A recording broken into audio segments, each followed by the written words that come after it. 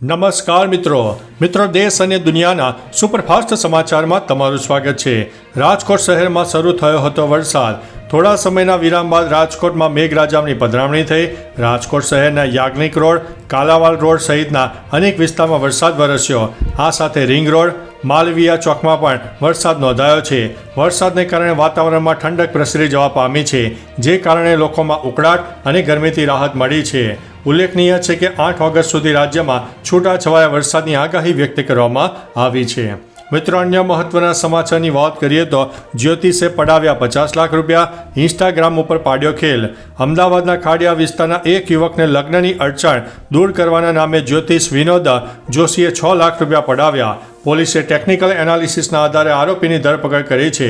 આ જ્યોતિષે એક વર્ષમાં 50 લાખથી વધુ રૂપિયાની છેતરપિંડી આચરી હોવાનું પોલીસ તપાસમાં સામે આવ્યું છે। આરોપી ઇન્સ્ટાગ્રામ પરથી લોકોને જાળમાં ફસાવતો હતો। તેના ઇન્સ્ટાગ્રામ ઉપર 10,000 ફોલોવર્સ પણ જોવા મળ્યા છે। મિત્રો, અન્ય મહત્વના સમાચારની વાત કરીએ તો દશામાનું 10 દિવસનું વ્રત પૂર્ણ થયું છે। દશામાનું 10 દિવસનું વ્રત પૂર્ણ થઈ ગયું છે। હિંમતનગર સહિત સાબરકાંઠા જિલ્લામાં ભક્તોએ માતાજીની મૂર્તિનું વાસ્તે ગાસ્તે વહેતા પાણીમાં વિસર્જન કર્યું। શ્રાવણ માસની નોમને શનિવારે 10 દિવસ પૂર્ણ થતાં ભક્તોએ માતાજીની પૂજા અર્ચના કરીને ચૂરમું પણ બનાવ્યું હતું। રાત્રે જાગરણ કરીને ગરબા પણ ઘૂમ્યા હતા। રવિવારે સવારે હિંમતનગર સહિત જિલ્લાની વહેતી નદી કિનારે ભક્તો વાસ્તે ગાસ્તે માતાજીને હાથમાં લઈને પહોંચી ગયા હતા। મિત્રો, અન્ય મહત્વના સમાચારની વાત કરીએ તો સાંઢળીની આંખમાંથી નીકળતું હતું ઘી અને થયો છે મોટો પર્દાફાશ। રાજ્યમાં દશામાના વ્રત ચાલી રહ્યા હતા, તેવામાં વિજ્ઞાન જાથાએ વડોદરાના વાઘોડિયામાં ચાલતા ધતિંગનો પર્દાફાશ કર્યો છે। માહિતી અનુસાર માતાજીની સાંઢળીની આંખમાંથી ઘી નીકળતું હોવાનો વિડીયો સોશિયલ મીડિયામાં વાયરલ થયો, જેને લઈને વિજ્ઞાન જાથાએ રેડ પાડીને સમગ્ર મામલાનો પર્દાફાશ કર્યો। ઘી નીકળવાની વાતને વિજ્ઞાન જાથાએ ખોટી સાબિત કરી। પૂજા કરનાર મહિલાએ પોલીસ સ્ટેશનમાં કબૂલાત કરીને માફીનામું પણ લખ્યું હતું। મિત્રો, અન્ય મહત્વના સમાચારની વાત કરીએ તો બાલાસિનોરમાં 4 કલાકમાં 4 ઇંચ વરસાદ જોવા મળ્યો। હાલ રાજ્યમાં મોટાભાગના જિલ્લામાં મેઘરાજાએ વિરામ લીધો છે, ત્યારે મહીસાગરમાં રાત્રિ જ ભારે વરસાદ થયો, જેમાં સૌથી વધુ બાલાસિનોરમાં 4 કલાકમાં 4 ઇંચ વરસાદ થયો। લુણાવાડામાં 1.25 ઇંચ વરસાદ નોંધાયો। લાંબા વિરામ બાદ વરસાદ થવાને કારણે ખેડૂતોમાં આનંદની લાગણી વ્યાપી ગઈ છે। આ સાથે સાબરકાંઠાના પ્રાંતિજમાં સવારથી વરસાદ વરસી રહ્યો હતો। પ્રાંતિજમાં 2 કલાકમાં 1.25 ઇંચ જેટલો વરસાદ નોંધાયો છે। મિત્રો, અન્ય મહત્વના સમાચારની વાત કરીએ તો ગંભીરા પુલ દુર્ઘટના મામલે મિલકતની તપાસ શરૂ। વડોદરાના પાદરા પાસે થયેલી ગંભીરા બ્રિજ દુર્ઘટનામાં જવાબદાર અધિકારીઓ સામે કાર્યવાહી કરવામાં આવી રહી છે। SITએ બ્રિજનું કામ કરનારા 5 અધિકારીઓને ત્યાં સત્તા અને ઉપયોગ અને નાણાંનો દુરુપયોગ અને અપ્રમાણસર મિલકતની તપાસ શરૂ કરી છે। સરકાર દ્વારા આ મામલે SITની રચના કરવામાં આવી છે।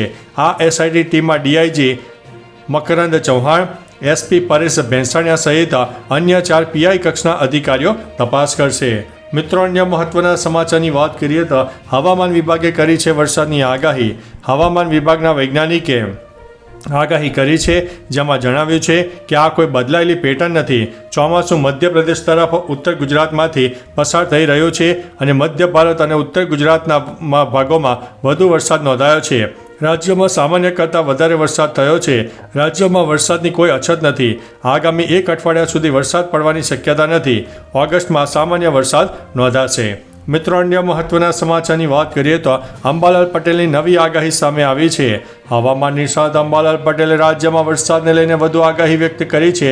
કહ્યું છે કે 15મી ઓગસ્ટ બાદ વરસાદની સિસ્ટમ સક્રિય થાય છે, જેના કારણે રાજ્યના અનેક ભાગોમાં વરસાદી માહોલ જામશે, જેમાં 17 ઓગસ્ટથી મઘા નક્ષત્ર અને સૂર્ય સિંહ રાશિમાં આવતા સારો વરસાદ થશે।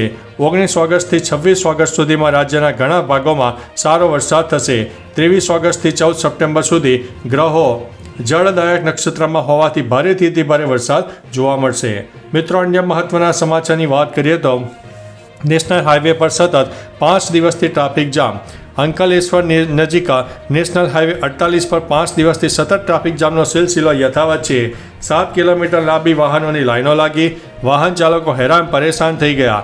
વાહન ચાલકોને ખાધા પીના વિના 3 થી 4 કલાક ટ્રાફિકમાં ફસાઈ રહેવાનો વારો આવ્યો. વાહન ચાલકોને ઇમરજન્સી જેવી અનેક સેવાઓમાં ભારે મુશ્કેલીઓ ઊભી થઈ રહી છે. આવા સમયે એમ્બ્યુલન્સ આવે તો શું થાય? ખરાબ રસ્તાને કારણે વાહન ચાલકોને હાલાકી ભોગવવાનો વારો આવ્યો છે. મિત્રો, અન્ય મહત્વના સમાચારની વાત કરીએ તો બ્રિજ પરથી બલૂન ઉતારશે ટેન્કર, જાણી લો ખર્ચ. ગંભીરા બ્રિજ પરનું ટેન્કર તો તમને યાદ હશે જ. આ ટેન્કરને ઉતારવા માટે તજવીજ હાથ ધરાઈ રહી છે. ટેન્કર ઉતારવા માટે બલૂન ટેકનોલોજીનો ઉપયોગ કરવામાં આવશે. આ ટેન્કરને ઉતારવામાં 6 થી 7 દિવસનો સમય લાગશે. પોરબંદરની વિશ્વકર્મા મરીના ઇમરજન્સી રિસ્પોન્સ સેન્ટરની ટીમ આ કામગીરી કરશે. સેન્ટર આ ટેન્કરને નીચે ઉતારવાની કામગીરી માત્ર સેવા રૂપે કરશે. આવા કામ માટે પહેલીવાર આવી ટેકનોલોજીનો ઉપયોગ કરાશે. મિત્રો, અન્ય મહત્વના સમાચારની વાત કરીએ તો પહેલગામ હુમલા બાદ 24 આતંકીઓ ઠાર. પહેલગામમાં 22 એપ્રિલે થયેલા આતંકી હુમલા પછી સુરક્ષા દળોએ કાર્યવાહી તેજ કરી છે.